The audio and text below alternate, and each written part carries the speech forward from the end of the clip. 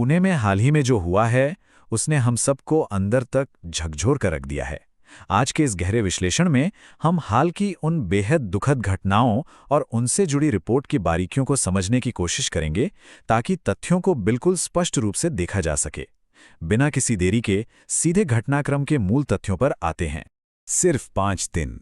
जी हाँ, इस पूरी रिपोर्ट का सबसे हैरान करने वाला पहलू यही है। जरा सोचिए, एक शहर में एक दिल दहला देने वाली वारदात होती है। लोग अभी उस सदमे से बाहर भी नहीं आ पाते और महज 5 दिनों के भीतर एक और खौफनाक घटना सामने आ जाती है। ये छोटी सी समय सीमा हमें बताती है कि कैसे चीजें रातों रात बिल्कुल अप्रत्याशित तरीके से बदल सकती हैं। अब इस दूसरी घटना की गहराई में जाने से पहले थोड़ा पीछे चलते हैं। उस समय का माहौल क्या था? रिपोर्ट बताती है कि कुछ ही दिन पहले पुणे में एक 3 साल की मासूम बच्ची के साथ एक 65 साल के व्यक्ति ने दरिंदगी की और उसकी हत्या कर दी। जाहिर है, इसके बाद पूरे शहर में भयंकर आक्रोश फैल गया। बड़े पैमाने पर विरोध प्रदर्शन हुए, गुस्से में हाईवे तक ब्लॉक कर दिए गए। पूरा शहर पहले से ही तनाव में था और न्याय की गुहार लगा रहा था। लेकिन इस रिपोर्ट में जो बात सबसे ज्यादा परेशान करती है, वो है अपराधियों की उम्र में आया ये भारी बदलाव। देखिए, पहली घटना में आरोपी एक 65 साल का बुजुर्ग था, लेकिन ठीक 5 दिन बाद जो दूसरी घटना हुई, उसमें आरोपी कोई और नहीं बल्कि खुद 16 साल का एक नाबालिग लड़का था।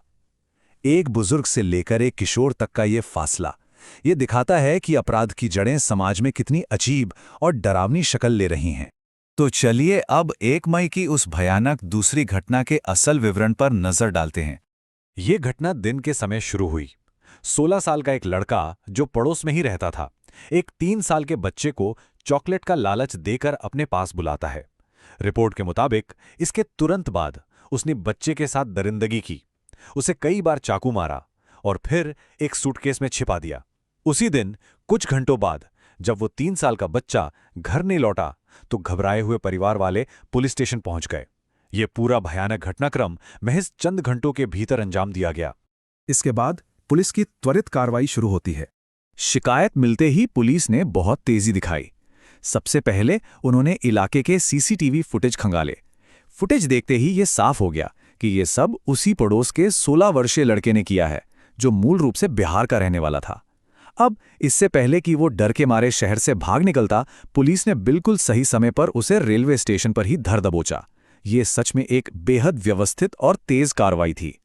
गिरफ्तारी के बाद लीगल प्रोसेस शुरू हुआ।